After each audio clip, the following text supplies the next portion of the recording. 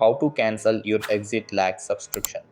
Hey guys, in this video, I'll guide you through how to cancel your Exitlag subscription. Alright, so let's begin. So in order to cancel your Exitlag subscription, you must first head over to the Exitlag website and you just want to sign into your account. Once we signed in, we can go to the top right corner and click on our username. We can then go down to my account. Now from there you should see a screen that looks similar to this. And what we want to do is go to this fourth option right here which says plan management. So when I click on this, it actually tells me that no payment methods have been created yet. And the reason for that is because I don't actually have a subscription with Exitlag.